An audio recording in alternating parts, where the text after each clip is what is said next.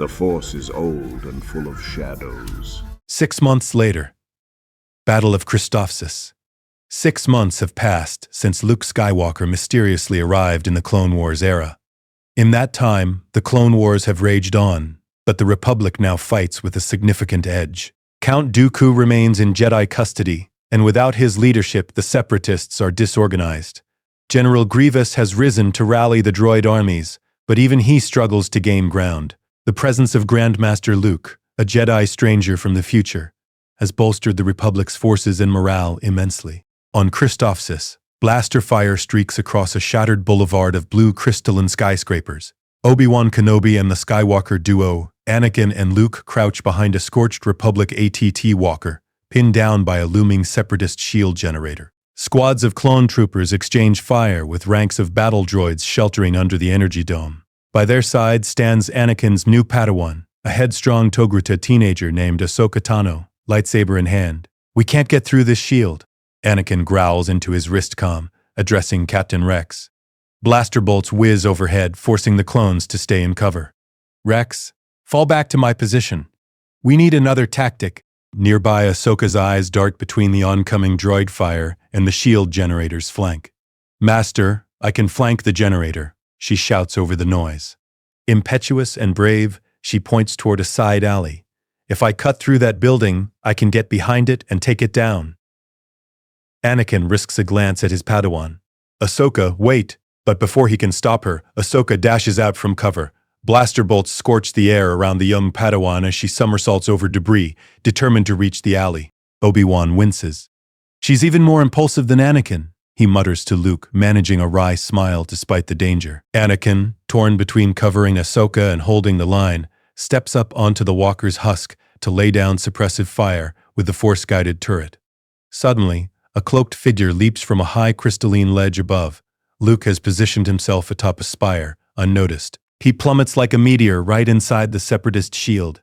In a flash, his emerald lightsaber ignites. The clones and Jedi watch in awe as Luke lands in the midst of the bewildered battle droids. Instantly, Luke becomes a whirlwind of light. His blade arcs and flashes with blinding speed. A half-dozen battle droids fall in as many seconds, cleaved apart before they can even swivel their blasters toward him. The droid's tight formation inside the shield generator's perimeter is shattered by Luke's surprise assault. "General Luke is here! We're saved!"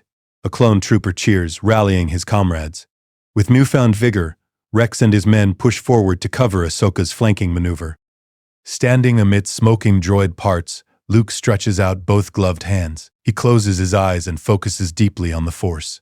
The massive dome-shaped shield generator at the end of the boulevard begins to shudder.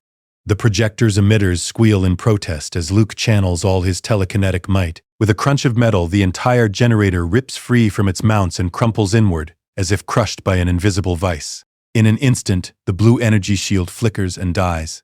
The protective dome that had given the droids cover dissipates into nothing. Obi-Wan stands, astonished at the sheer power Luke wields so effortlessly. "Well, that's one way to do it," he quips, signaling the clones. "Forward, take the offensive." Freed from the shield, Republic ATT walkers open fire from afar. L8 gunships strafe overhead, raining laser cannon fire on the now exposed ranks of battle droids. Explosions blossom across the Separatist lines. Ahsoka, who had nearly reached the generator, skids to a halt as it implodes ahead of her. She grins in relief and admiration. The Padawan changes course, jumping down from the rubble to join Luke inside the enemy position. Back to back, green and emerald blades twirling, Ahsoka and Luke cut down the remaining B1 and B2 battle droids in a synchronized dance of form and skill. Anakin rushes forward to join the fight, with Obi-Wan and clone troopers close behind. Without the shield, the battle swiftly turns in the Republic's favor. Within minutes, the last pockets of droid resistance are overwhelmed. Super battle droids topple under clone rocket fire. Droidekas are outflanked and disabled before they can reposition.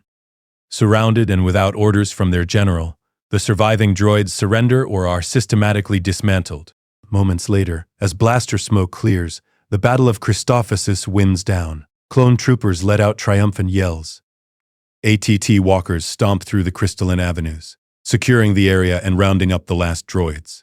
The towering crystal skyscrapers, though scarred by war, stand witness to a Republic victory that is far more decisive than in the original timeline. Panting and dust-covered, Anakin claps a hand on Luke's shoulder. "Show off," he teases with a broad grin. The older Jedi laughs softly, deactivating his lightsaber. Despite the chaos of battle, Luke's presence exudes calm and confidence, inspiring everyone around him. Ahsoka jogs up, breathing hard and eyes shining. "Master Luke, that was incredible," she exclaims. The teenage Padawan clearly idolizes Luke's abilities. "I mean, Master Anakin and I had things mostly under control," she jokes, "but I appreciate the help." Luke smiles kindly at her enthusiasm. "You were very brave, Ahsoka. Clever move, attempting to flank the generator," he praises, dusting some ash from his dark robes. "Just remember to keep your master informed before charging in next time." His tone carries gentle wisdom. Ahsoka nods sheepishly, and Anakin gives her a slight "I told you so" smirk. Obi-Wan surveys the scene, stroking his beard thoughtfully. "Another battle won," he notes, "with far fewer casualties than we might have had. Several clones are helping wounded comrades, but the losses are minimal." Obi-Wan's eyes fall on Luke appreciatively. "It's not an exaggeration to say we couldn't have done this without you, Master Luke." Luke dips his head humbly. "I'm just glad I could save lives," he replies. Yet even as he shares the victory, his gaze drifts for a moment toward the sky, where distant stars peek through the dissipating smoke. He knows winning battles is only part of the struggle. The true danger, Darth Sidious, still lurks in the shadows, plotting the downfall of the Jedi. Anakin sheaths his lightsaber and steps aside as Captain Rex approaches to report. "General's Christophsis is secure," Rex says, removing his helmet. The veteran clone's face is relieved. "We're sweeping for any remaining clankers. General Skywalker," he adds, glancing between Anakin and Luke. The clones have taken to calling Luke General as well, out of respect. "We've received a coded transmission from Coruscant. It sounds urgent." "Let's hear it," Anakin replies, exchanging a knowing look with Obi-Wan and Luke.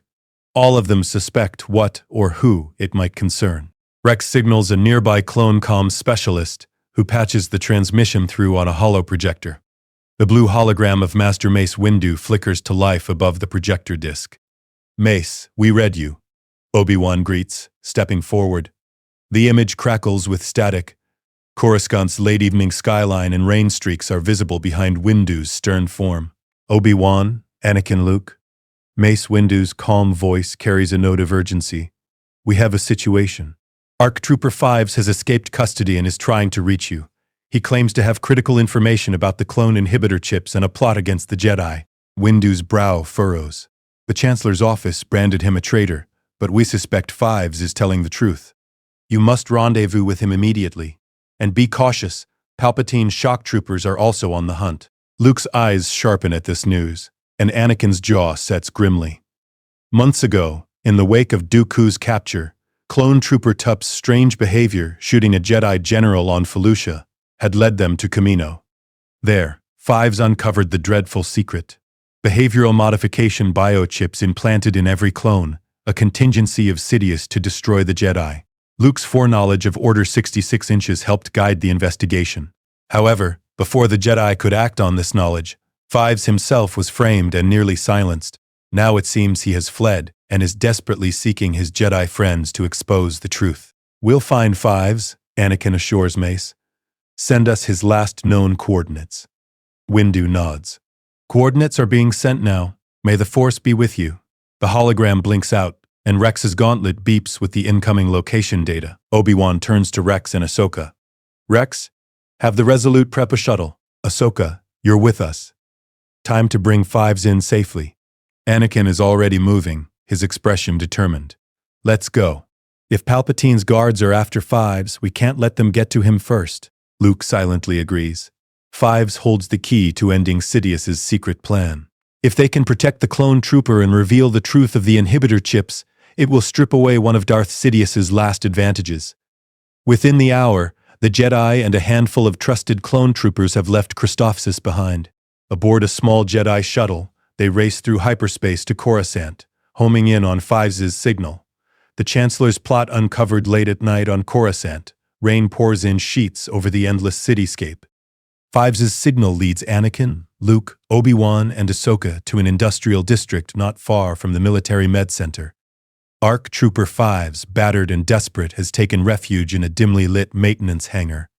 The great spires of Galactic City loom around the landing platform as the Jedi shuttle sets down. The ramp hadn't even fully lowered before Anakin and Ahsoka sprint out into the rain. Luke and Obi-Wan follow, scanning the shadows for any sign of their clone ally. Lightning forks across the sky, illuminating a hunched figure in Phase 2 clone armor slumped against a stack of crates. It's Fives. At the sight of the Jedi, the exhausted ARC Trooper stumbles forward, nearly collapsing in relief. Anakin and Ahsoka catch him under the arms. "General Skywalker," Fives gasps. He's soaked, breathing hard, eyes wild with urgency. "Thank the Force. I found you. You're safe now, Fives. We're here," Obi-Wan says gently. They guide the weary clone to sit against a Durasteel support column just inside the hangar bay. Luke kneels beside him and removes Fives' helmet, getting a clear look at the trooper's face, pale, with dark circles of exhaustion under his eyes. Ahsoka offers a canteen to Fives, her voice soft with concern. "Easy, Fives. We've got you. Just tell us what happened." Fives takes a few sips of water, then musters his strength. He holds up a small data chip in a trembling hand. The inhibitor chips he manages between breaths. "General Skywalker, the Chancellor. He's behind it all. The chips made Toop kill Master Tiplar. It's a plot to control us, to kill the Jedi. I have proof." His voice is raw with desperation. Anakin gently takes the data chip from Fives' hand. He recognizes it as medical scan data, likely evidence of the biochip implants. "We believe you, Fives," Anakin says firmly. "Thanks to you, we can stop this." There's deep gratitude in his tone. This trooper might have just saved the entire Jedi Order. Luke places a reassuring hand on Fives' shoulder. The force around the clone is turbulent with fear and relief. "You've done well, Fives. Rest now." "We'll protect you," Luke promises. Before anyone can say more, a warning tingles in Luke's senses. Danger approaching fast. Obi-Wan looks up, hearing it too. The distinctive whine of gunship engines closing in. A gunship painted in red markings, Chancellor Palpatine's Coruscant Guard, rises into view beyond the rain-slicked platform. Its floodlights snap on, illuminating the hangar and the startled Jedi. "We've got company," Obi-Wan alerts, igniting his blue lightsaber as clone shock troopers rappel down ropes from the hovering gunship. Commander Fox, helmeted in red highlighted armor of the Guard, lands at the head of a half-dozen troopers. Blasters are raised, not at the Jedi, but at Fives. Luke steps protectively in front of the injured ARC Trooper, Greenblade humming to life. He can feel the hostility in these guards. They've come not to help, but to silence. By now, Anakin and Ahsoka have also drawn their lightsabers, flanking Fives. Rain spatters and sizzles on the blades. Anakin shouts over the wind, "Commander Fox, stand down. This trooper is under our protection."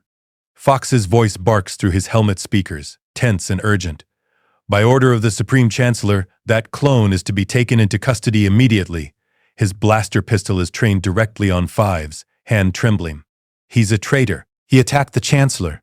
Ashoka's eyes widen. "Attacked the Chancellor? No way," she hisses.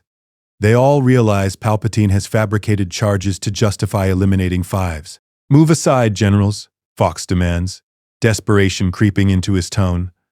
It's clear Palpatine's orders are overriding the captain's common sense, and Fox's squad now fans out, aiming at the Jedi as well.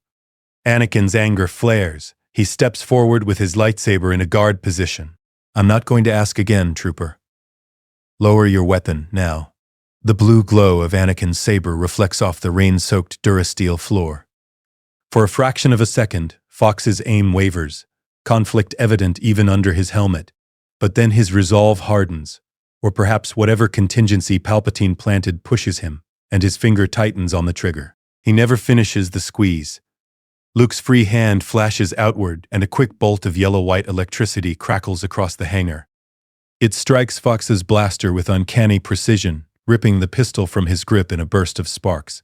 The commander yelps as the shock knocks him backward onto the wet platform. Luke has used a technique unknown to most Jedi electric judgment, a controlled light-side lightning to disable rather than kill. The other shock troopers freeze in confusion, stunned by how swiftly the Jedi disarmed their leader without harming him. One clone nervously looks at Fox, who lies dazed on the ground, Then back at the four lightsabers glowing in the dim light. Rain drips off the Jedi's cloaks as they stand defiantly guarding Fives. Anyone else feel like disobeying a direct Jedi order? Ashoka challenges, her twin sabers angled toward the remaining guards. There's fierce protectiveness in her voice. She, like Anakin and Luke, trusts Fives over whatever lies Palpatine's spun. The shock troopers glance at each other uncertainly. They're elite soldiers, but facing four powerful Jedi, including the mysterious Master Luke, who just performed feats they've never seen, is another matter. One by one, they lower their weapons. Luke steps forward, authority radiating from him. "We're taking this clone to the Jedi Temple," he declares. He locks eyes with the nearest trooper, gently influencing him through the Force. "Your orders were wrong. Can't you sense that? Stand down." Whether through the Force or their own intuition, the guards hesitate and then yield. Two of them quietly move to help Commander Fox to his feet, retrieving the fallen blaster only after powering it down. Fox groans, holding his stunned hand. You can't do this," he stammers, still in shock from the jolt. "The Chancellor will have to wait," Ahsoka interjects sharply. She deactivates her blades now that the immediate threat has passed. ARC Trooper Fives needs medical attention now, and the truth he carries will be heard by the Council. Anakin is already helping Fives up, draping the weak clone's arm over his shoulders. "Easy, Fives. We've got you." Fives, pale but conscious, musters a grateful nod. As the Jedi escort Fives toward their shuttle, the trooper looks at Anakin and Luke with glassy, thankful eyes. "Thank you," he rasps. "You have to stop him, Chancellor, behind it all." He coughs, the adrenaline that kept him going now fading. Luke gives Fives a reassuring squeeze. "We know. You did well. Just hold on a bit longer." Inside, Luke's heart swells with determination. Sidious's web of deception is coming unraveled at last. Leaving the disoriented shock troopers behind, the Jedi shuttle lifts off into the rainy night. Its destination, the Jedi Temple, where the High Council awaits this crucial evidence. Showdown in the Chancellor's office. High in the Jedi Temple, the Council convenes an emergency session just before dawn. Fives' evidence, the removed chip and his testimony, has confirmed every one of Luke's warnings. The Council members listen in shock as Anakin and Rex, via holo, recount how Palpatine orchestrated a cover-up, attempting to eliminate Fives to keep the inhibitor chip plot hidden. Master Yoda's ears droop with sadness and resolve. Mace Windu's jaw is set in grim anger. The betrayal at the highest level of the Republic is almost beyond comprehension. It appears Count Dooku's claims on Geonosis about a Sith controlling the Senate were true after all, Obi-Wan says, casting a remorseful glance toward Luke. Months ago, Obi-Wan had been reluctant to accept that Palpatine, a trusted friend, could be a Sith Lord, but now the evidence is undeniable. Luke stands in the center of the council chamber beside Anakin, his hood thrown back and face serious. "Master Windu, we have no choice. Chancellor Palpatine is Darth Sidious. He's been behind the war from the beginning," Luke says plainly. His voice carries both conviction and a note of relief. Finally, the Jedi see the truth. Mace Windu exchanges looks with Yoda, Ki-Adi-Mundi, and the others. "The dark side has clouded our vision for too long," Mace admits, his tone heavy. "We should have seen this coming." He straightens. "Skywalker," he nods to Anakin, then to Luke. "Thanks to your actions, we now have the evidence we need. We move to arrest Palpatine immediately, before he can enact any further treachery." Anakin steps forward, determination and a flicker of emotion in his eyes. Palpatine had been a friend and mentor to him for years, but Anakin now feels betrayed and angry. "I'll come with you," he says firmly. Gone is the confused Padawan who once denied the Chancellor could be evil. Anakin's gaze is hard. He has much to answer for. Yoda taps his gimmer stick on the floor. "Careful, we must be. Powerful and cunning, Darth Sidious is," the Grandmaster cautions. He looks around at the council. "Confront him, a strong team of Jedi will. Prepared we shall be for whatever lies ahead." Mace Windu chooses quickly. "Master Yoda, coordinate the Senate and public security. If we fail to take Palpatine quietly, he may try to cause mass chaos. Master Kenobi, continue overseeing the clone security measures." In the wake of Fives' proof, the Jedi have begun secretly instructing Clone Medical Corps to remove the inhibitor chips from as many troopers as possible. "Luke, Anakin, you're with me. Ahsoka, standing near the chamber doors, steps forward as well. "I want to help," she says, chin raised. She feels personally betrayed that the head of the Republic would try to hurt her troopers and her friends. Mace gives her a small, respectful nod. "Very well, Ahsoka, you've earned that right. But stay behind Master Kenobi's group once we engage. Your priority is to secure any clone forces outside and prevent reinforcements from interrupting." Obi-Wan turns to his former Padawan, placing a hand on Anakin's shoulder. There's both pride and concern in Obi-Wan's eyes. "Anakin, be mindful. Palpatine will say anything to try to turn you. Keep your focus." Anakin meets Obi-Wan's gaze and then Luke's. "Don't worry. I won't listen to his lies. Not anymore." Luke offers Anakin an encouraging smile, filled with faith in his father's strength. Without further delay, Master Windu and the Jedi move out. A plan is set. Palpatine will be arrested in his private office, hopefully before he has any chance to slip away or spring a trap. The temple's spire doors open to the dark pre-dawn, where a furious storm has rolled in over Galactic City. Wind and rain whip at the Jedi's cloaks as they board a waiting airspeeder. Lightning forks across the sky as the small Jedi assault party arrives at the Senate office building. The enormous skyscraper housing the Chancellor's office is illuminated by intermittent white flashes of lightning. It's as if the Force itself roils with anticipation of the confrontation to come. On the top floor in his lavish private office, Chancellor Palpatine stands alone before the panoramic window. His hands clasped behind his back, he gazes out at the tempest. For months he has played the role of the benign statesman. But now, in solitude, his face is devoid of that grandfatherly mask. His eyes smolder a sickly yellow in the reflection of the glass. Spread on his ornate desk sits a sinister Sith mask, polished and waiting, alongside a curved lightsaber hilt. Darth Sidious is done hiding. He has prepared for battle. He knows the Jedi are coming. Through the Force he felt Commander Fox fail, and sensed the Jedi discovery of his grand plot. His carefully laid scheme is crumbling, but the Dark Lord of the Sith still has deadly teeth. The wide double doors of the Chancellor's office slide open with a hiss. Mace Windu strides in first, purple lightsaber already in hand, though not yet ignited. Behind him come Luke Skywalker, Obi-Wan, and Anakin Skywalker, all cloaked and determined. Rainwater drips from their garments onto the polished floor as they fan out subtly, forming a half-circle facing the Chancellor's desk. Palpatine turns to face them, momentarily slipping back into his politician's guise. He feigns surprise, eyebrows lifting. "Master Windu? Generals Skywalker and Kenobi?" he says, voice silky and bemused. "What is the meaning of this? It's quite late for a social call." He offers a thin, disarming smile. Mace Windu's expression is like stone. "Chancellor, we are here to place you under arrest," he announces, voice echoing in the cavernous office. Palpatine's eyebrows arch higher, playing innocent. "Arrest?" he repeats, injecting just the right amount of incredulity and hurt into his tone. "Have you gone mad? On what charges?" Obi-Wan steps forward, his calm voice laced with unmistakable accusation. "On charges of conspiracy, treason, and the attempted genocide of the Jedi Order," he declares. There is no uncertainty in Obi-Wan now. He knows exactly who stands before them. Hearing it stated plainly, Palpatine drops all pretense. His eyes flick from Master Windu to the others and settle on Anakin, who has moved up beside Luke. Anakin's face is taut with controlled emotion. Betrayal, hurt, anger. "It's over," Chancellor Anakin says, almost sadly. "We know who you really are."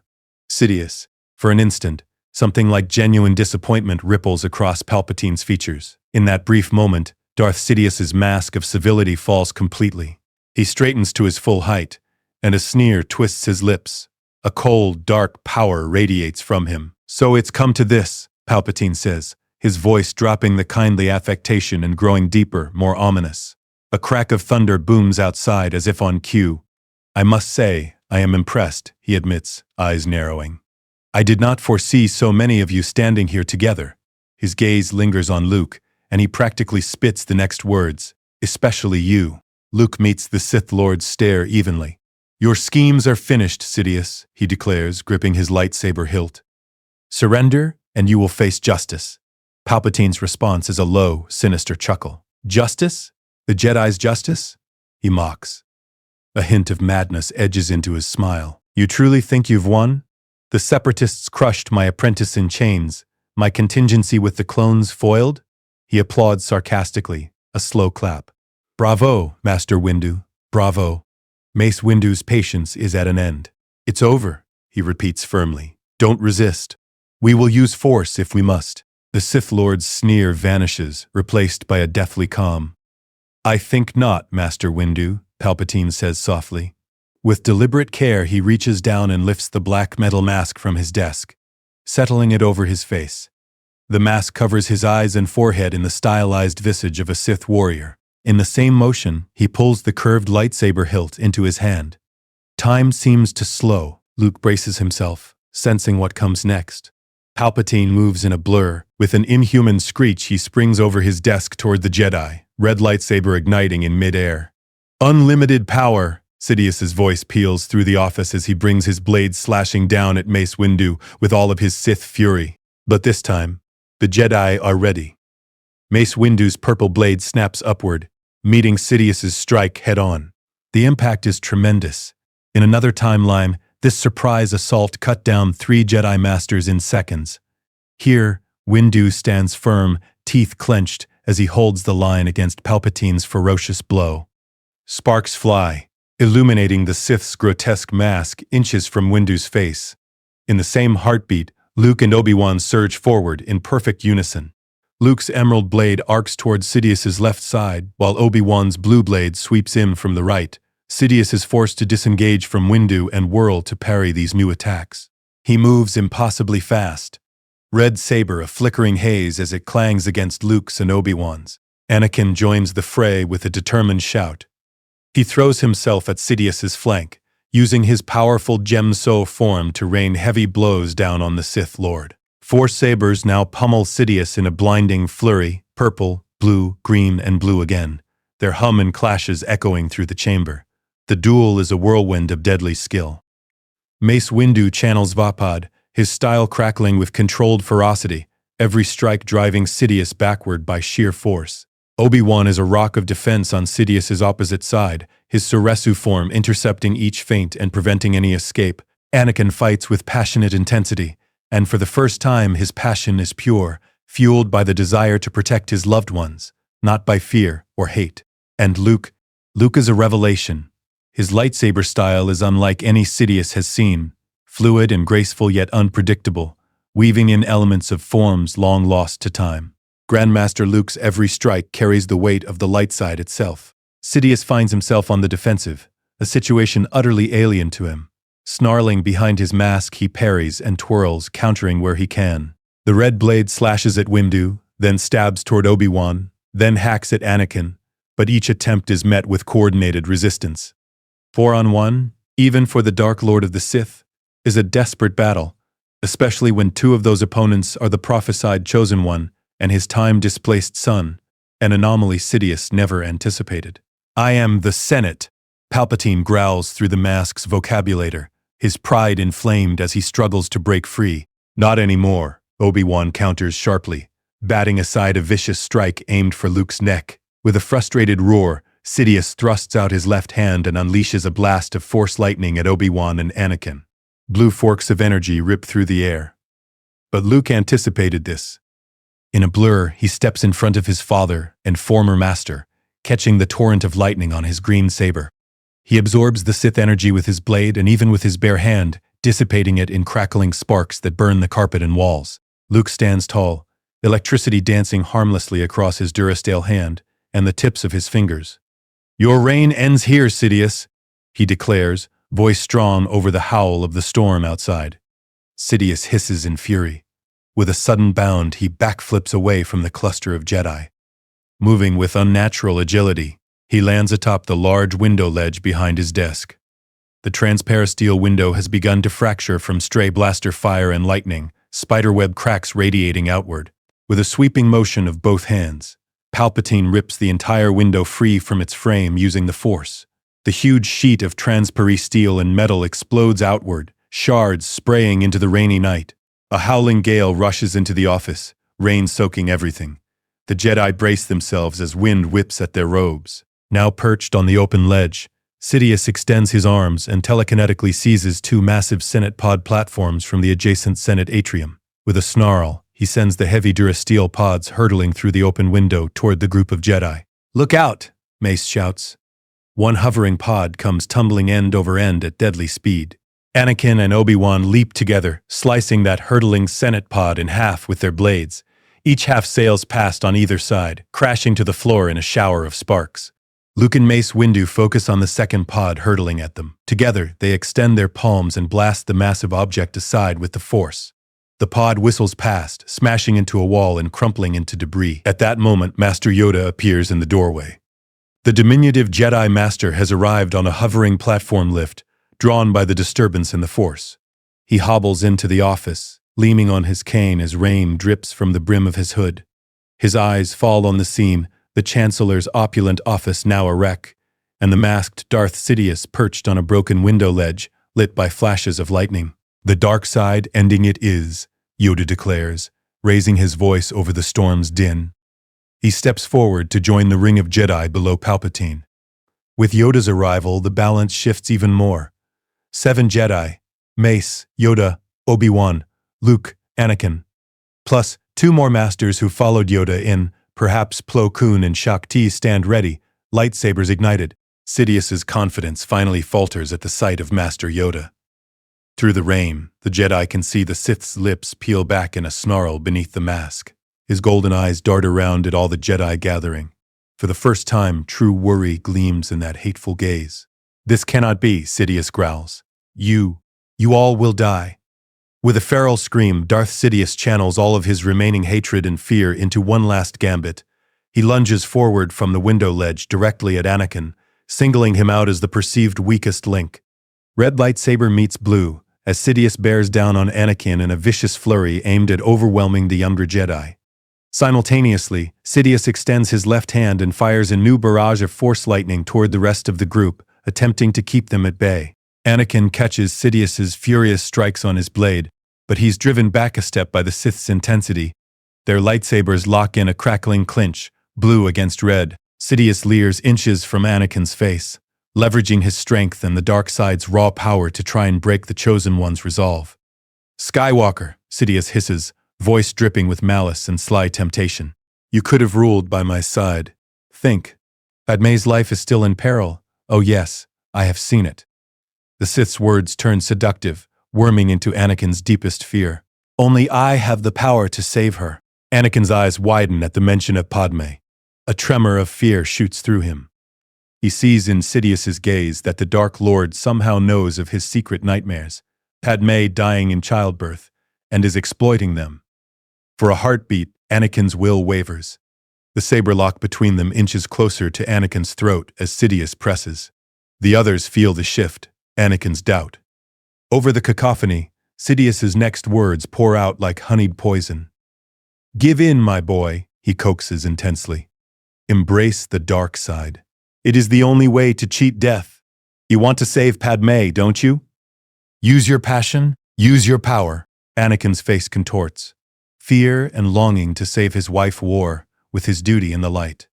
Nearby, the Jedi Masters struggle against the simultaneous lightning onslaught.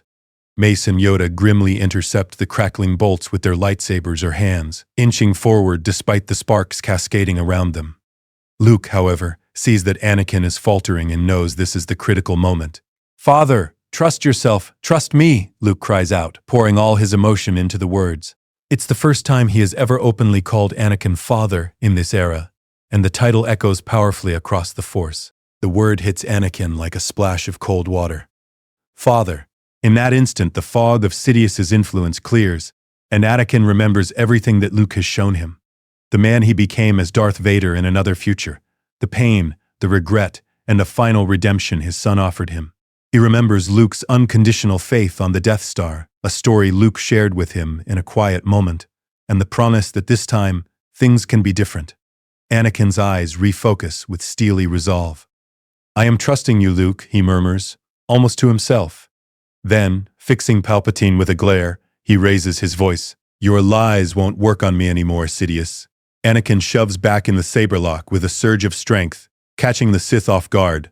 He pushes Sidious's blade away and steps forward, forcing the Sith Lord onto the defensive once more. Luke feels a swell of pride and love at Anakin's turn of heart. For the first time, father and son fight united, side by side, against the darkness. The chain of fear that once bound Anakin is broken, replaced by hope and trust.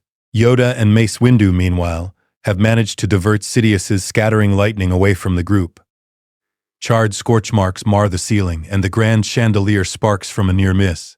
The wind howls through the open window, rain slashing in and pooling on the marble floor. Darth Sidious reels back, breathing hard, eyes darting for an escape. He realizes with dawning dread that he is outmatched. The Jedi circle tightens, and Sidious's blows are now weaker, driven by frantic desperation. This was not how his reign was supposed to end. Not here, not like this. With a snarl of pure hatred, Sidious decides to unleash one final apocalyptic attack. If he must fall, he intends to take the Jedi with him. Gathering every ounce of dark side energy left in his twisted soul, Sidious leaps straight upward. In a spinning flip, he lands back on the shattered window ledge, balancing precariously against the raging storm. High above on the ledge, his black cloak whipping in the wind, Darth Sidious raises both hands to the roiling sky. He begins chanting in Sith tongues, drawing upon the immense electrical storm outside. Lightning answers his call. The clouds directly above swirl and concentrate, as if heaven itself is bending to the Sith's will. Below, the Jedi look up in alarm as dark energy thickens in the air. The very atmosphere inside the office grows charged and heavy. An unnatural twilight descends as Sidious siphons the storm's power into himself, his form crackling with luminous veins of energy. "If I must fall, I'll take you all with me." Sidious booms, his voice layered with a demonic resonance that shakes the air.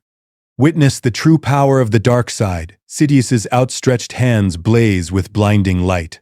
With a final wrathful scream, he hurls a colossal bolt of Sith lightning down upon the Jedi below. It's as if a piece of the sun has been summoned indoors. The bolt explodes downward with a deafening crack-thum, casting the entire office in blinding white and violent blue. In that millisecond, Luke Skywalker steps forward, planting his feet. Drawing on the deepest wells of the Force, his love for his father, his friends, and all living beings, Luke thrusts his arms upward. A shimmering dome of pure light-side energy manifests above the Jedi.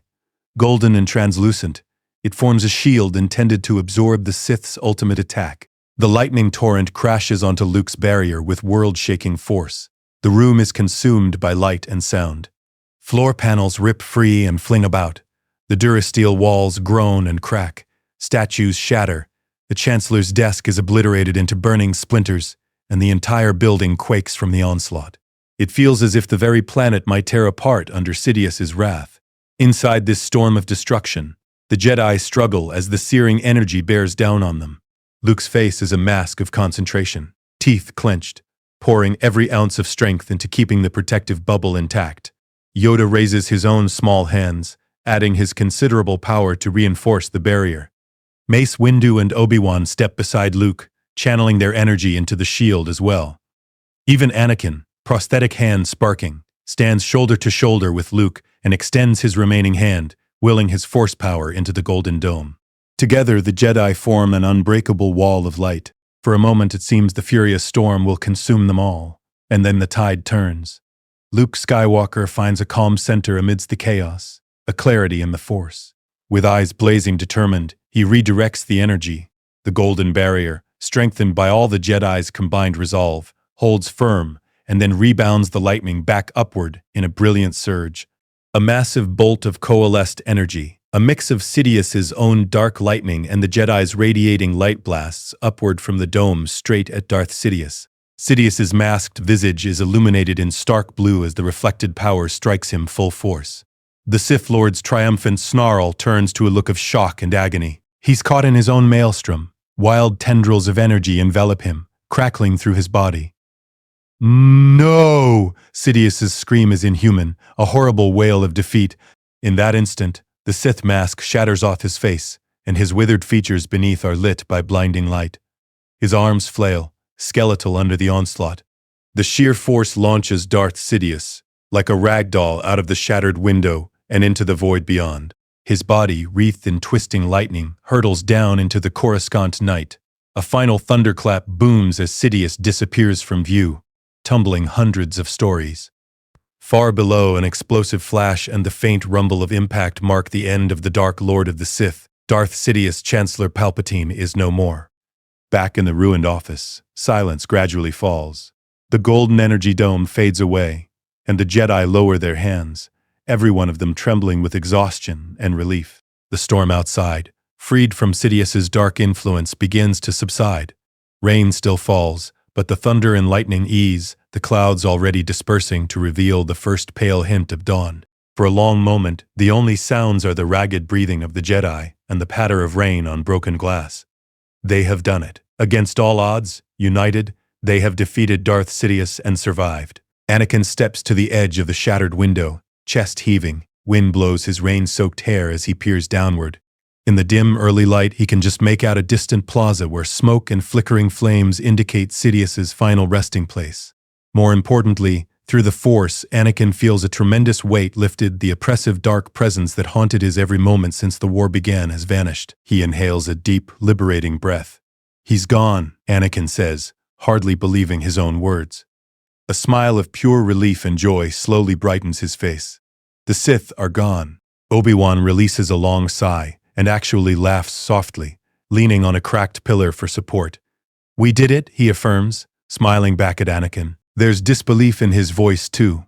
The nightmare that loomed over the Jedi for years has ended in one climactic night. Master Windu deactivates his lightsaber, surveying the devastation of the office. His normally guarded expression breaks into a weary, triumphant grin. "This is a victory I hardly dared hope to see," Mace admits. Ever pragmatic, he had prepared for the worst, but now the best outcome has arrived. Grandmaster Yoda closes his eyes and tilts his head upward, sensing the currents of the Force. A gentle serenity falls over the ancient master. "Ended. The Sith's reign has," Yoda pronounces quietly. "Balance, in the Force, I feel. The prophecy of the Chosen One has been fulfilled in a way none of them could have imagined. With help from the Chosen One's son from the future, balance is restored without the Jedi Order's destruction." Luke finally allows himself to exhale and deactivate his emerald blade. The room is lit by the softening gray of approaching dawn. He looks around at his friends, his family. They are bruised, singed, exhausted, but alive and victorious. Luke's gaze meets Anakin's, and both share a silent understanding of how momentous this moment truly is. Luke's eyes glisten slightly with tears he does not bother to hide. From the hallway, a new figure cautiously peeks in. Ahsoka. She had stayed back as ordered to guard against any clone trooper interference, not that any came. News was already spreading of the Chancellor's betrayal, causing most of the shock troopers to stand down in confusion. Seeing the office in ruins but the Jedi all standing, Ahsoka breaks into a huge smile. She rushes forward, slipping her lightsabers back at her belt. "Master!" Ahsoka cries, barreling straight into Anakin and nearly knocking him over with the ferocity of her hug. Anakin lets out a surprised chuckle and wraps one arm around his Padawan. "We're okay, Snips. We're okay," Anakin assures her, patting her head-tails affectionately. Ahsoka steps back and looks him over, then at Luke, Obi-Wan, Mace, Yoda, all these figures she respects so deeply. She sees Luke standing near Anakin, and without hesitation she darts over and flings her arms around Luke as well. Luke laughs warmly and returns the embrace. Ahsoka has come to see him like an honorary older brother, or perhaps uncle, and she's overjoyed he survived. Anakin, after hugging Ahsoka, turns to Luke. The two Skywalkers regard each other amid the wreckage and rain, father and son truly together now in purpose and heart. All the chaos and violence has led to this moment of quiet between them. Suddenly, Anakin steps forward and pulls Luke into a tight embrace. Luke, surprised only for half a second, closes his eyes and hugs his father back just as fiercely. Those watching can't help but be moved. Obi-Wan discreetly wipes a tear from his eye, and even Mace Windu allows a small, respectful smile at the display. "Thank you, Luke," Anakin whispers, voice thick with emotion. "You saved me. From him. From myself. You saved all of us." Luke shakes his head slightly as they break the hug, tears of joy on his cheeks. "We saved each other, Anakin," he replies softly.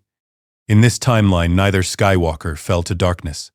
They lifted each other up to the light.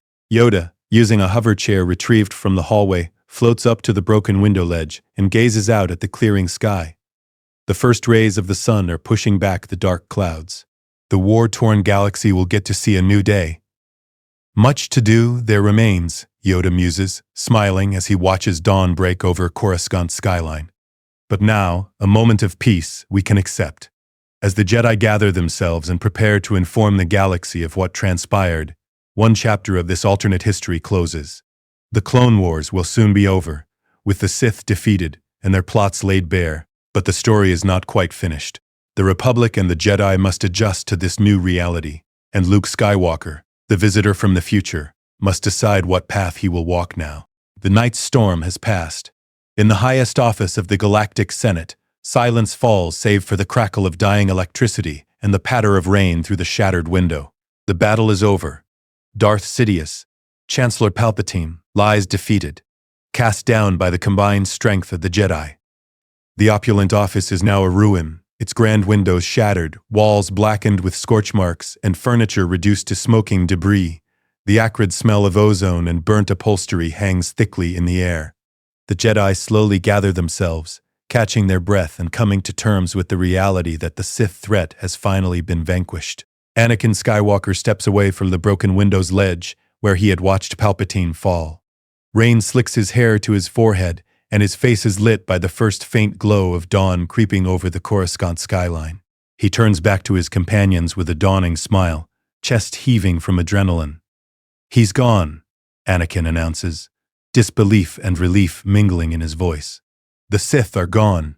Obi-Wan Kenobi exhales and lowers his lightsaber. A weary smile spreads across his face. "We did it," he says softly, stepping closer to Anakin. Master Windu, still gripping his purple blade, nods in quiet astonishment.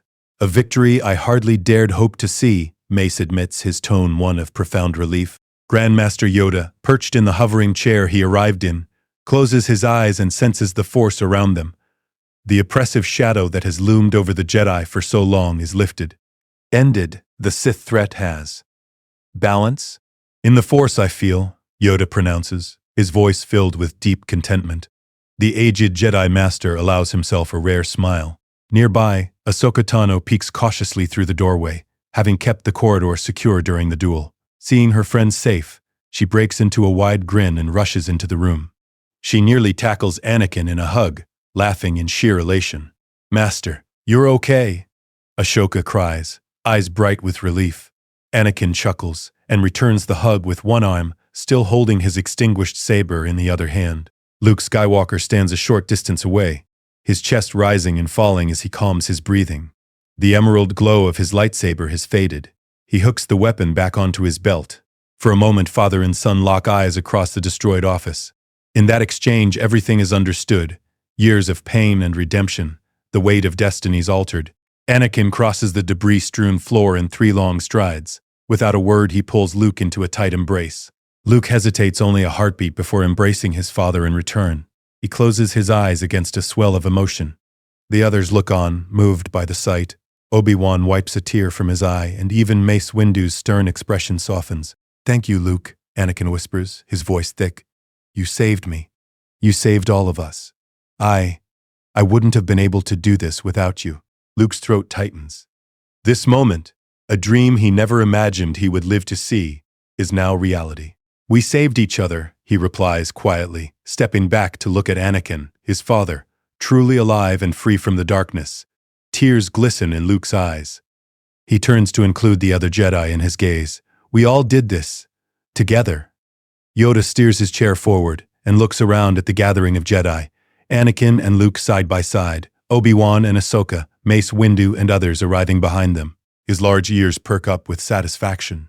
"Much to do there remains," Yoda says wisely, breaking the silence that follows.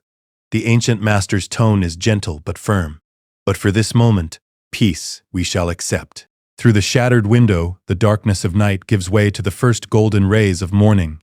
Dawn breaks over the cityscape of Coruscant, shining light into the ruined office, a symbolic cleansing of the evil that once resided here. The Jedi take a moment to simply breathe, standing together amid the wreckage as a new day begins. A new Jedi Order, 1 week after the fall of Sidious. The Jedi Temple's High Council chamber is filled with morning sunlight pouring through tall windows. Dust motes dance in the golden beams of light, and for the first time in years the temple does not feel weighed down by war or suspicion. It's as if the very air is lighter, hope rekindled. The circular High Council chamber looks almost reborn in the morning glow. Its tall windows, now repaired of wartime cracks, allow golden light to flood in, illuminating the 12 seats arranged in a ring. The floor's polished mosaics, depicting the insignia of the Jedi Order, gleam as motes of dust swirl lazily. It is as if the temple itself is breathing freely at last, rid of the shadow that had lingered for so long. In the circular chamber, the full Jedi Council convenes.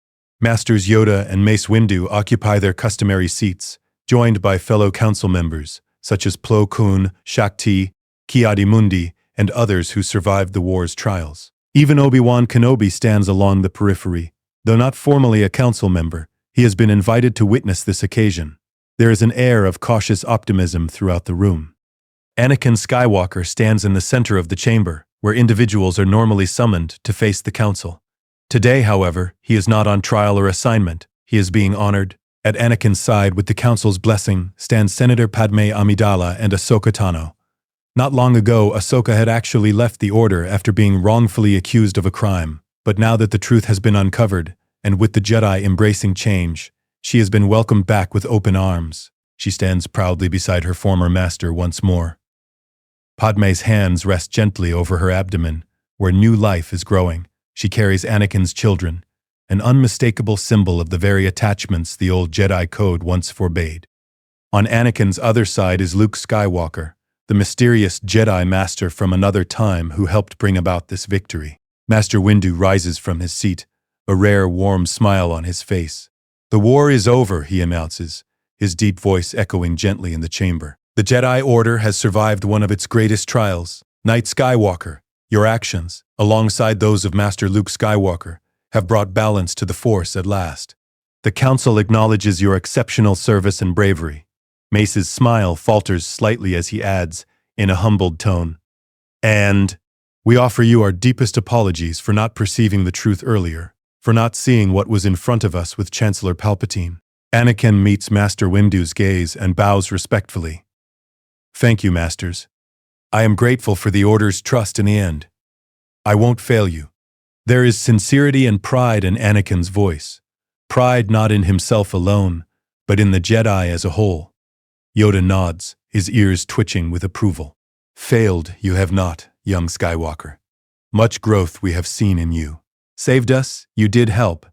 The small Grandmaster's eyes flick toward Padme, and he gives a gentle, knowing smile. "And grateful we are, to those who kept your heart on the light path.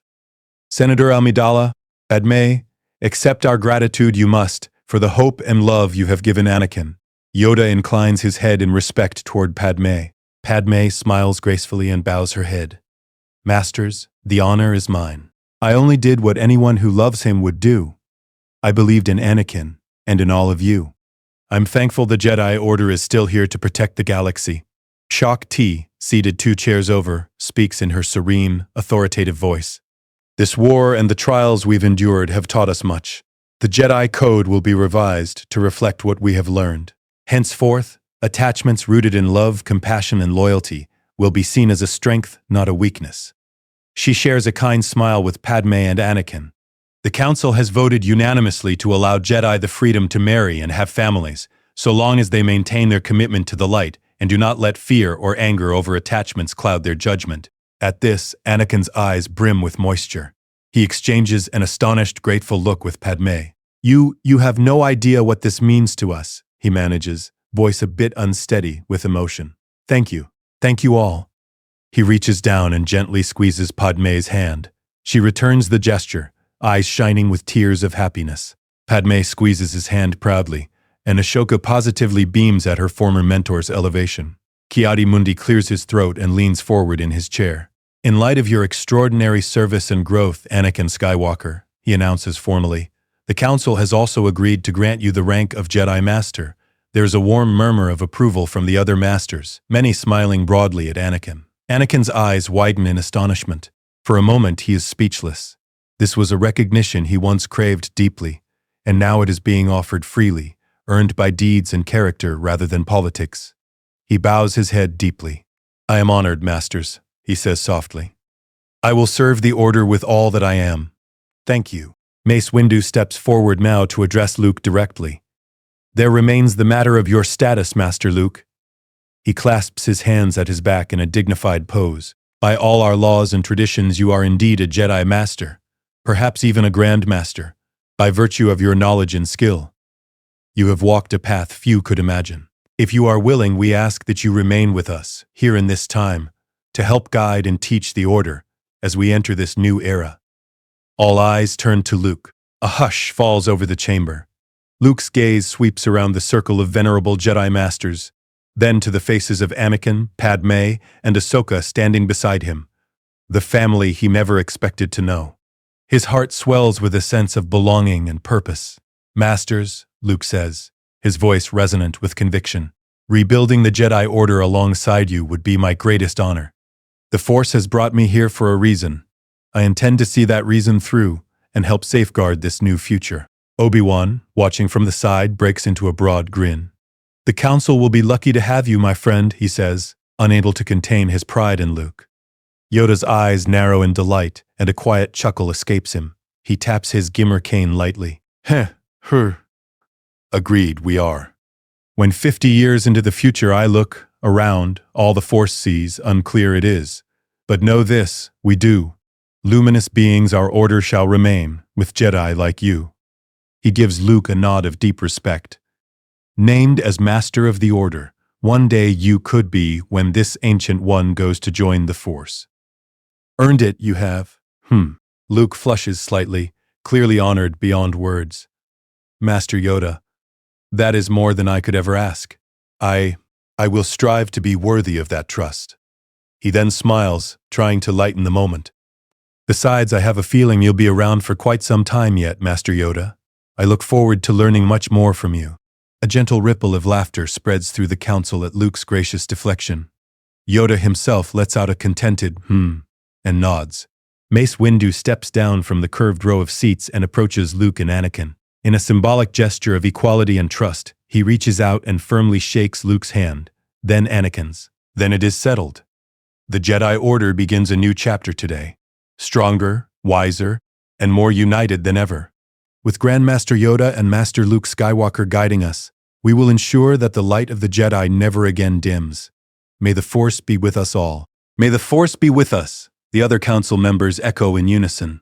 The solemnity of the vow lingers in the air for a moment. Unable to contain his happiness, Anakin breaks protocol and turns to Luke, throwing his arms around him in a heartfelt embrace, right there in the council chamber. This time, no one frowns at the display of emotion.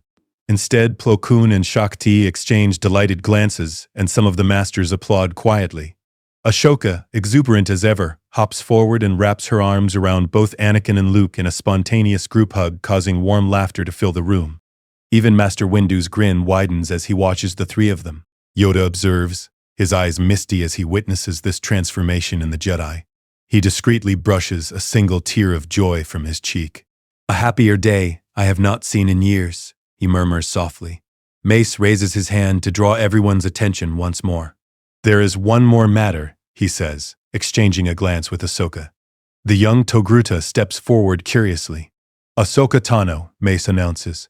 The Council wishes to make amends for the injustice you suffered.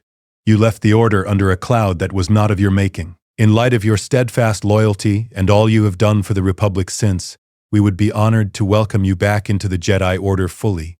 And, with Master Skywalker's agreement, we confer upon you the rank of Jedi Knight. Ahsoka's eyes go wide with disbelief and joy. Anakin, beaming, nods emphatically. I couldn't be prouder, he says softly. The council members ignite into gentle applause as Ahsoka bows, then straightens, practically glowing with happiness. Thank you, Masters. This means so much to me, she says, voice thick with emotion. Yoda taps his cane. Earned it you have, Ahsoka. A knight you are at last. Ahsoka grins ear to ear, and Anakin gives her a respectful incline of his head as she steps back into the circle, no longer a Padawan, but a fellow Jedi Knight. In that bright council chamber, bathed in morning light, the Jedi and their friends stand together, hopeful and renewed.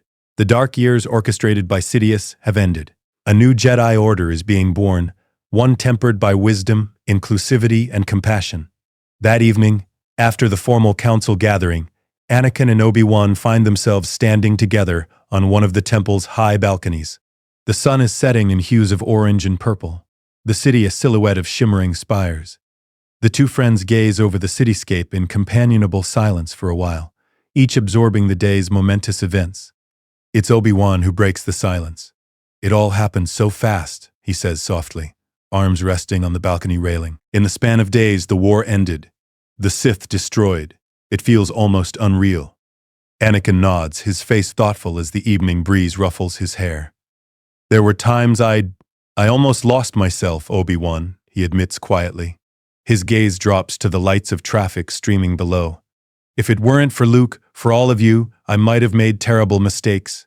Obi-Wan turns to face Anakin, his expression gentle. "But you didn't, Anakin. You chose the light. You fulfilled your destiny not as the Sith's pawn, but as the chosen one we always believed you were." He smiles a little and places a hand on Anakin's shoulder. "I am so very proud of you." Anakin swallows, emotion catching in his throat. Praise from Obi-Wan still means the world to him. "I had a lot of help," he says, tilting his head with a small grin, "and a stubborn old mentor who never gave up on me." Obi-Wan chuckles, squeezing Anakin's shoulder. "Stubborn, am I? I learned that from a certain headstrong Padawan." His tone grows fond. "Training you, fighting beside you, it has been the great honor of my life, Anakin." Anakin's eyes shine. He extends his prosthetic hand and Obi-Wan clasps it firmly. No words are needed for a moment. Master and apprentice, brothers in arms, they have been through so much to reach this victorious peace. "So what happens now?" Anakin asks quietly, turning back to watch the neon glow igniting the city streets below. No war, no secret plots. It's almost hard to imagine normal life. Obi-Wan looks back out at the sparkling cityscape. "We rebuild. The Jedi, the Republic, we guide the peace we've earned. You'll have a family to care for soon, and I suppose I'll have some younglings to instruct." He chuckles softly. "Maybe I'll take on a Padawan again, though it will be hard for any to live up to the last one." Anakin laughs under his breath. "Any Padawan of yours will be lucky to learn from the best." He pauses, then adds earnestly, "I'll make sure the Council grants you the rank of Master now. It was wrong that they didn't before, but now none can deny you." Obi-Wan waves a hand dismissively, though a pleased smile tugs at his lips. "All in good time. Honestly, Anakin, what matters is that we both live to see this day." Titles are secondary. They stand for a while longer as the first stars appear in the velvet sky. Anakin breathes deeply, feeling an unprecedented calm settle in his soul. "Luke told me once," he murmurs, breaking the silence, "about a future where things went differently, where I fell to darkness and the Jedi were destroyed. It horrified me. I can't ever repay him for giving me, and all of us, a second chance." Obi-Wan's voice is gentle. "Luke is extraordinary. But remember, Anakin, it was your love and courage that made this better future possible. You chose to change. You chose to trust him, to trust in us. That is something to be proud of." Anakin bows his head, a peaceful smile on his face. "I am. For the first time in, I don't know how long, I feel at peace with who I am." He lifts his eyes toward the heavens, where somewhere among the stars his mother rests and his children's future awaits. "The Jedi are my family. And now I get to have my own family too. I'm not afraid anymore, Obi-Wan." Obi-Wan places an arm around Anakin's shoulders, pulling him into a brief, proud embrace. "You've grown so much, my young friend," he says warmly. "Grown into the Jedi, and the man I always knew you could be." As night falls over Coruscant, the two friends head back inside, lightsabers at their belts but no longer needed tonight. For the first time in their lives there is no war to fight, only a future to look forward to. Together they will help shape that future as true Jedi, in peace and brotherhood. Healing the clone army over the following months, the galaxy transforms. With Palpatine dead and Dooku in custody, the Separatist movement collapses. The droid armies, deprived of central control, shut down via emergency signals transmitted by Republic forces. Worlds that had seceded begin negotiations to rejoin the Republic. Senators like Bail Organa and Mon Mothma work tirelessly to guide the healing process in the Galactic Senate. They ensure that the transition back to peace is just and fair, extending amnesty to planetary leaders who were coerced by Dooku's deceptions while holding genuine war criminals accountable. In an emergency session, Mas Amidala and other close collaborators of Palpatine are removed from power, and an interim chancellor is elected to lead until a full election can be organized. Under this new leadership, the Senate formally declares an end to the Clone Wars. A galaxy exhausted by conflict begins to hope that lasting peace is finally at hand. But amid these sweeping changes, the Jedi Order's most urgent mission focuses on their loyal soldiers, the clone troopers, who still carry the scars of Sidious's manipulation. Armed with the knowledge of the inhibitor chips hidden in every clone's brain, the Jedi waste no time. Within days of Sidious's fall, the Republic, fully transparent with the public, announces the existence of the control chips and the scheme behind Order 66. Shock ripples through the galaxy at the revelation that Palpatine had intended to use the clone army to exterminate the Jedi. Ordinary citizens and clones alike are horrified by how close the Republic came to a terrible betrayal. One of the first to step forward is ARC Trooper 5s, the very man who uncovered the inhibitor chip conspiracy, who miraculously survived an attempt on his life during Palpatine's last days. From a military hospital bed, Fives gives a recorded testimony that is broadcast to clone garrisons everywhere. He recounts how he discovered the truth about the chips and urges his brothers to go for the free surgeries without fear. His brave words, coming from one of their own, help convince any wavering hearts that the Jedi and the Republic truly want to free the clones, not harm them. Stand down, Palpatine's secret command is nullified. Your destiny is your own, he tells them in earnest. Shocked and heartened, clones everywhere listen. Medical facilities on Coruscant, Camino, and a dozen other worlds work around the clock to remove the chips from every single clone trooper. In the halls of a Republic medical center on Coruscant, thousands of armored soldiers line up patiently, knowing that for the first time, they truly have a say in their own fate. The inhibitor chip removal procedure is quick, less than an hour per soldier, but the scale is staggering. 3 million clones need treatment. Captain Rex, his own inhibitor chip already removed, takes charge of the operation at the Coruscant facility. Dressed in a simple blue medical tunic thrown over his uniform, Rex coordinates with Jedi healers and medical droids as they guide clone after clone into surgery pods. Jedi healer Bant Irin and a team of Kaminoan doctors ensure that each procedure, requiring only a small incision and a few minutes, is safe and efficient. Less than an hour per soldier, and a brother is freed. Luke visits the facility regularly, walking among the recovering clones and offering words of encouragement. He knows these men. In another timeline, they turned on the Jedi without hesitation. But here, they're being freed. One clone trooper, freshly out of surgery, looks up at Luke with confusion and gratitude. "General Skywalker, sir, they said there was something in my head. Something that could have made me." He trails off, horrified at the implication. Luke places a hand on the trooper's shoulder. "You're free now. That's what matters. The Jedi trust you. We always have." The trooper's eyes well up. "Thank you, sir. We won't let you down." Similar scenes play out across the galaxy. Clones weeping with relief as they learn they're no longer slaves to hidden programming. Jedi offering comfort and reassurance, patting armored shoulders or clasping forearms in solidarity. The bond between Jedi and clones, always strong, becomes unbreakable. Within 6 months, every clone in the Grand Army has been freed. Not a single chip remains. The soldiers who fought so bravely for the Republic can now choose their own paths. Some retire, returning to civilian life. Others stay in service, protecting the Republic they fought to preserve. But all of them are finally truly free. In the depths of the Jedi Temple, in a secured holding cell, former Count Dooku awaits the formal trial that will determine his fate. One quiet afternoon, Yoda arrives at the cell door, and the temple guards respectfully step aside. Dooku, tall, gaunt, his once impeccable beard now a bit unkempt, stands from the simple bench as his old master enters. The energy field hums between them. For a moment, neither speaks. Master and former apprentice regard each other through the translucent barrier. "Master Yoda," Dooku finally says, inclining his head. His tone is polite, subdued. No longer the arrogant Count, he seems smaller somehow. Yoda gazes at Dooku with deep sadness in his wise eyes. "My Padawan once you were," he says softly. "Down a dark path fate led you, but ended that path has." Dooku steps closer to the field, clasping his hands behind his back. "It appears it has. I betrayed everything I once stood for. And for what?" He lets out a weary sigh. Sidious used me, and I in turn became like him. In the end, I'm glad you stopped us." Yoda's ears droop slightly as he senses the genuine regret in Dooku's presence. "Regret and pain I feel in you." Dooku closes his eyes for a moment. "I lost my way, Master. I thought I could remake the Republic in a better image, eliminate corruption, but Sidious twisted my noble intent into something monstrous. I see that now." He meets Yoda's gaze, and his voice lowers. "The Jedi did what I could not. They saved the Republic from the darkness I helped spread."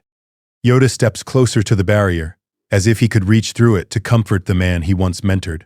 "Never too late it is to find the light again, Dooku. Face justice you must for your crimes, but help heal the galaxy you still can. Your knowledge, your testimony, valuable, it was. Saved lives, it did." Dooku's somber face softens just a little. "Perhaps that will be my penance, helping to rebuild what I allowed to be torn down." He bows his head. "I do not expect forgiveness, but thank you for speaking with me, Master. It means more than I can express that you still care, after all I've done." Yoda closes his eyes in acknowledgement of the pain shared by them both. "Care I always will. Hope there is, for redemption, even for one who has fallen as far as you." He lifts his three-fingered hand in a gentle gesture of farewell. "May the Force be with you, Dooku." Dooku returns the gesture slowly. "And with you, Master Yoda." As the Grandmaster departs and the guards resume their post, Dooku sinks back onto the bench. For the first time in many years, the weight of the dark side on his heart feels lighter. He knows he will answer for his misdeeds, but perhaps, in whatever time remains for him, he can still do some good. The clone troopers hold their own observances too, honoring their fallen brothers. On Coruscant, a number of off-duty clones gather one evening at 79's, their favorite underground cantina, to raise a toast to the brothers who didn't live to see peace. Captain Rex clinks his mug of Corellian ale against Commander Cody's and ARC Trooper 5's, the latter now fully recovered from his ordeal, and the small knot of troopers bow their heads in a moment of silence amid the dim, neon-lit bar. "To Echo, to Hardcase, to all our brothers, we'll remember," Rex says quietly. The clones drink, then break into relieved grins, clasping each other's shoulders. After a long, somber war, they're finally able to relax. Outside the bar, the streets are alive with civilian celebrations, and for once, the clones feel not like nameless soldiers, but like heroes welcomed home. Beyond the Senate halls, word of the war's end and Palpatine's downfall spreads like wildfire. On Coruscant's streets, citizens gather in impromptu celebrations. A massive crowd forms in front of the Senate building, cheering as news holo displays show the official announcements. In a symbolic moment, a towering holostatue of Palpatine flickers and is removed from the Plaza of the Republic, replaced by the rotating crest of the Republic's seal. Spontaneous fireworks crackle in the sky that night, paid for by joyful corporate guilds and private citizens alike, illuminating the cityscape in bursts of color. Across the galaxy, similar scenes of relief and revelry play out. On Naboo, throngs of people parade through Theed with music and flower petals, celebrating not only the war's end, but also the upcoming marriage of their beloved former queen. Gungan drums echo across the swamps and lakes, adding their booming rhythm to the chorus of celebration. On Kashyyyk, Wookiee roar song shakes the canopy as word reaches them that the Republic's victory has secured their freedom. On Mandalore, where civil strife had flared during the war, armored citizens pause and nod in grim satisfaction at the news that the galaxy's turmoil is ending. On countless worlds, core and rim alike, beings of all species raise glasses in taverns and town squares, toasting to peace and to absent friends who fell in the fighting. The jubilation is not without somber notes. Memorials and remembrance ceremonies are organized as the Republic honors the innumerable lives lost over the Clone Wars. In the Jedi Temple, the names of every Jedi who perished, from Geonosis to the farthest battlefronts, are recited in a solemn twilight vigil, blue candlelight filling the Hall of Harmony.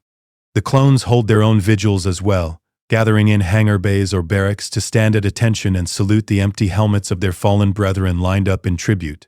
Even amidst mourning, there is hope, because their sacrifices were not in vain. The galaxy breathes a collective sigh of relief.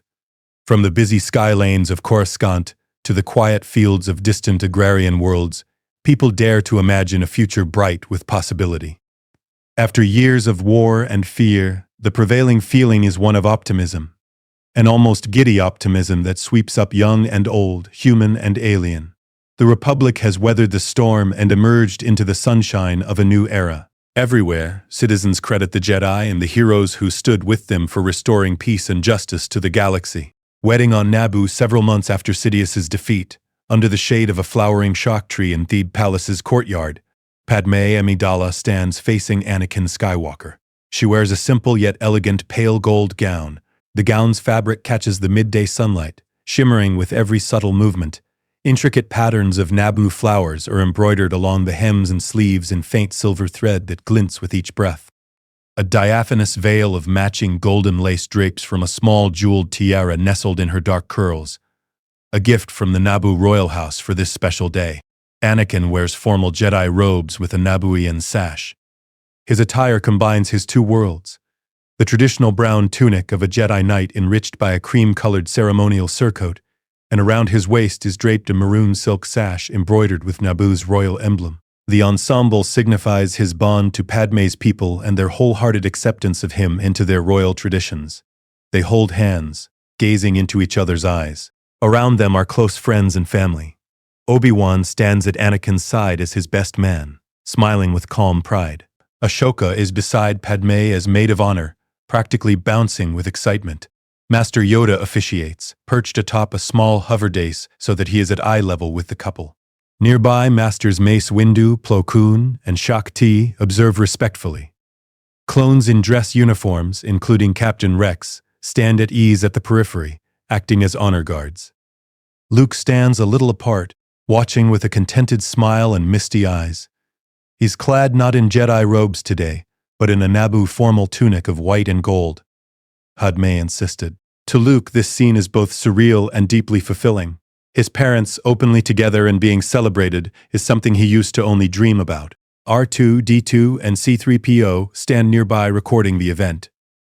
The Golden Protocol droid gently dabs at what might be an oily tear on his optic sensor. Oh my, this is such a joy. To think, Master Anakin, you and Mistress Padme, married. I feel entirely out of the circuit for not knowing sooner, but I'm so happy for you both, C-3PO says. Anakin chuckles softly. Thank you, 3PO, and sorry for keeping secrets. Oh, I completely understand. I'm just overjoyed that we're all here in one piece. It's my primary programming to worry, you know, C-3PO responds. R2-D2 emits a series of cheerful beeps that sound like astromech laughter.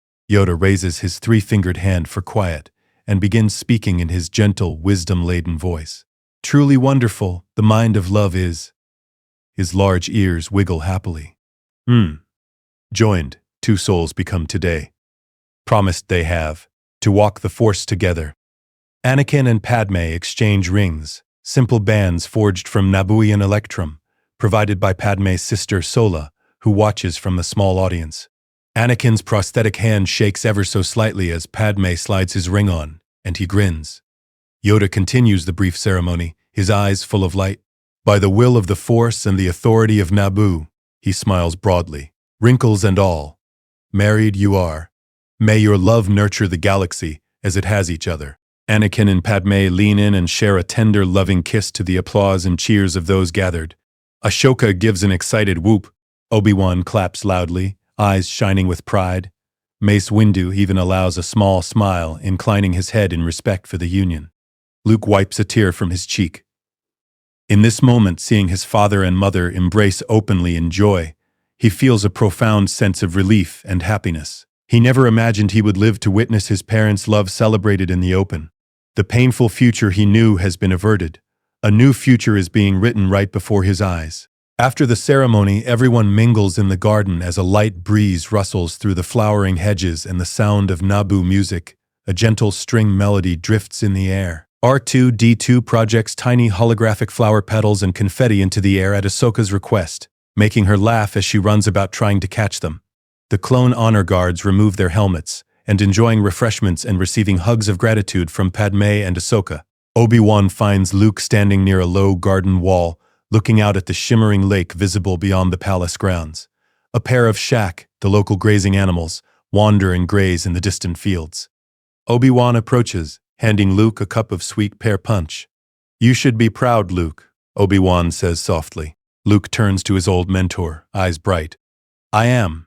I keep thinking, if only Master Qui-Gon were here to see this. Obi-Wan smiles gently, placing a hand on Luke's shoulder. Perhaps he is, in the Force. As Obi-Wan mentions Qui-Gon, a gentle breeze stirs the garden. For a fleeting moment, a shimmering blue figure appears beneath the shade of a nearby blossom-laden tree. Qui-Gon Jinn, smiling proudly. Anakin and Obi-Wan both catch sight of their old master's spirit out of the corners of their eyes. Qui-Gon lifts a ghostly hand in blessing. I am proud of you, my Padawans. And you too, Luke. You have truly become the beacon of hope we needed. Qui-Gon's spirit says kindly. Anakin's eyes well up at seeing his first mentor. Obi-Wan bows his head in respect and gratitude. Luke senses warmth and approval radiating through the Force. With a peaceful nod, Qui-Gon's spirit fades into the light, returning to the embrace of the Force that surrounds them all. Across the lawn, Anakin and Padme walk hand in hand, Padme resting her head on Anakin's shoulder for a moment. She's visibly pregnant now, and glows with contentment. Anakin spots Luke and Obi-Wan, and, with Padme, meanders their way. Padme extends an arm, drawing Luke into an embrace the moment he's within reach. He returns it, eyes closing as he basks in the motherly affection he had only known for moments at his birth in his original timeline. We haven't had a chance to thank you properly, Luke. Not just for saving the Republic, but for bringing our family together, Padme says, voice full of gratitude. Anakin places a hand on Luke's back. You gave me the courage to be the man I should have been all along. Because of you, my children will be born into a galaxy of peace, he chuckles, standing close to Padme and Luke, and with their big brother watching over them. Luke laughs softly. Technically, I'm the younger, but I suppose time travel makes it complicated. Padme jokes with a twinkle in her eye. Uncle Luke, then? Luke is fine. He turns serious, voice full of emotion. I had the chance to know both of you only through stories and brief moments in my old life. To stand here now, with you, it's more than I ever hoped for. Padme cups Luke's cheek affectionately, then places a gentle kiss on his forehead. Nearby, Ahsoka runs over, dragging Captain Rex by the hand. Rex has swapped armor for a formal Republic officer's uniform, and Ahsoka has to pry at his stiff military bearing to get him to join the group. So come on, Rex, don't be such a statue. This is a party, Rex responds good-naturedly. I'm off duty, Commander Tano, but old habits die hard. Well, break 'em. Master Yoda might even dance if we ask nicely. Anakin laughs. I'd pay to see that. Ahsoka pulls Rex into an impromptu dance on the grass, to which he eventually relents, doing a modest shuffle while she twirls around him. The sight draws laughs from Anakin and Padme. In the background, Gungan musicians strike up a livelier tune, and several clones and Nabooans join in a simple folk dance. Even Mace Windu is seen conversing amiably with Bail Organa and Mon Mothma, who came to offer congratulations. As the sun dips lower, casting long golden rays across the lake, the entire gathering comes together for a group holophoto. In the image, Anakin stands with one arm around Padme and the other around Ahsoka, grinning wider than ever. Padme rests a hand on her belly and leans into Anakin contentedly. Luke stands beside Padme, one hand on her shoulder. Obi-Wan and Yoda stand proudly at the front. Mace stands a bit off to the side, arms loosely crossed but with genuine peace on his face. Rex and helmetless clones kneel at the front, flashing smiles. C-3PO stands very straight, and R2-D2 rocks on his treads happily. All around are faces of different species, ranks, and backgrounds, united. After the holo is taken, the festivities continue. The sun sets, and strings of lanterns and the bioluminescent glow of Naboo fireflies illuminate the garden party. The laughter and camaraderie are infectious. Jar Jar Binks, attending as a friend and representative of Naboo's Gungan community, makes the rounds enthusiastically, nearly knocking over a drinks table in his excitement and drawing hearty laughter from the guests. Luke finds a moment of quiet amid the celebration. He steps away to the edge of the courtyard where the silhouettes of the waterfalls are visible in the moonlight. He closes his eyes and reaches out with the Force, just feeling the harmony around him, so different from the turmoil he grew up with. Anakin comes up beside him, the glow of the hanging lanterns reflecting in his blue eyes. Pretty incredible, isn't it? Anakin asks quietly. It truly is. I couldn't have imagined a happier outcome. Luke responds softly, still gazing at the dreamy scene of family and friends reveling together. Anakin places an arm around Luke's shoulders. You deserve it, son. You gave up everything to make this happen. Not everything. Luke nods toward the group where Padme and Ahsoka are coaxing Yoda into a gentle dance. I gained something too, family, a bigger one than I ever dreamed of. Anakin smiles, and together they watch Yoda teach Ahsoka an old Coruscanti dance step, which Ahsoka playfully exaggerates, eliciting giggles from Padme. From a slight distance, Mace Windu observes Luke and Anakin. After a moment's thought, he approaches them, holding 3 small cups of Juma juice. Mind if I join you? Mace asks, unexpectedly cordial. Of course not, Master Windu, Luke responds as he and Anakin make space. Mace hands a cup to Luke and one to Anakin. They toast quietly. I wanted to say I was wrong about many things, Mace admits, glancing between Anakin and Luke. About both of you. The Jedi Order will endure because we learned to change. Because of you, Luke. Luke shakes his head modestly. It wasn't just me. It was all of us. Together. Mace nods in agreement. Perhaps the prophecy was never about one person, but a family, a lineage of Skywalkers. He allows a rare smirk. The Force is chosen to bring balance. They clink their cups and drink, unity and understanding passing between 3 generations of Jedi. And so, the ancient prophecy of the Chosen One is fulfilled, not in the way anyone expected, but in a way more wondrous. Balance in the Force is restored not by the act of a lone Jedi, but by the love and unity of a family. The Skywalker lineage, once feared to be the harbinger of darkness, has become the beacon of light that guides the galaxy into a new dawn. The Republic stands, the Jedi thrive, and hope burns brightly across the stars. The sins of the past have been redeemed, and the future holds endless possibility under the watchful care of the Jedi Knights and those they cherish. Luke taps his cup against theirs. And to the future. One will all build together. Epilogue. Several months later, on a clear morning at the Jedi Temple, Luke Skywalker stands in the temple gardens overlooking Coruscant's skyline. The air is warm and filled with the chatter of younglings at play and the distant hum of airspeeders. Peace, at last, has taken root. Luke closes his eyes and reaches out with the Force, feeling the gentle currents of life across the planet. He senses contentment, growth, and above all, balance. No longer does a dark shadow cloud his foresight. For the first time in his life, Luke feels truly free to simply be. He wouldn't trade this destiny for anything. The Force had led him here, and here he will stay, to nurture the peace he fought so hard to achieve. Footsteps approach along the path between flowering shrubs. Luke turns to see Anakin coming toward him, cradling in his arms a tiny bundle wrapped in soft blankets. Padme walks at his side, her arm tucked around Anakin's. They join Luke under a spreading blossom tree, heavy with violet shock flowers. Anakin carefully shifts the bundle, revealing a newborn infant with Padme's eyes and a wispy tuft of chestnut hair. Luke gazes down, emotion swelling. This is his baby sister, Leia, just a few weeks old. In Padme's arms fusses Leia's twin brother, whom, after some deliberation, they chose to name Matthias, to avoid confusion with his big brother Luke. Luke had insisted they not name the boy after himself, and instead they selected a name from Naboo's ancient legends. Padme smiles as Luke gently tickles Leia's cheek with a finger, calming the infant's brief whimpering. She likes you, Padme observes softly. Luke's heart nearly melts as Leia's tiny hand wraps around his finger. He recalls the brave, resolute Leia Organa he once knew in another life. Now here she is at the very beginning of a new life, free of the burdens that once awaited her. I'll always be here for you, Leia, he whispers tenderly. Anakin places his free hand on Luke's shoulder. We were just about to begin the younglings' training session in the courtyard. Care to join us, Master Skywalker?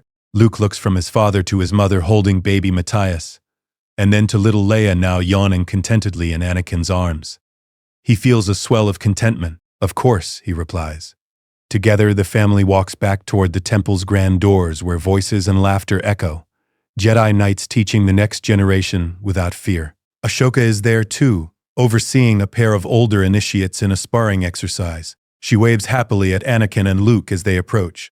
Not far off, Master Plo Koon gently corrects a young Rodian initiate's lightsaber form, while Ki Adi-Mundi observes 2 Padawans practicing with a training remote, offering wise pointers. On the steps, Masters Windu and Kenobi discuss something amiably, pausing to nod at the Skywalkers as they pass.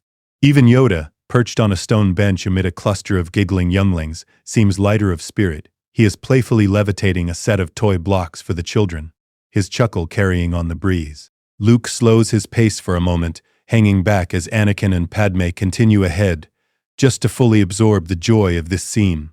He breathes in deeply, engraving this tableau in his memory. This is what the galaxy was always meant to be. Jedi and their loved ones side by side. The Republic flourishing, hope alive everywhere he looks. It is a scene of harmony he once thought impossible, now made real in vivid color and light. Surrounded by tended flower beds and the gentle babble of a fountain, Luke feels the Force whisper around him like joyful music. He remembers the lonely moisture farm boy he once was, gazing at twin suns and yearning for a future he could not see. Never in his wildest dreams did he imagine that future would lead him here, to a restored Jedi Order, a reunited family, and a galaxy at peace. As Luke steps forward to join his family and friends, he silently thanks the Force for guiding him on this incredible journey. Whatever mysteries of time and destiny brought him to the Clone Wars, he knows one thing for certain. He is exactly where he is meant to be, surrounded by love, purpose, and peace. Luke Skywalker is home. He wouldn't trade this moment for anything in the universe. This is the life the Force had always intended for him. The end.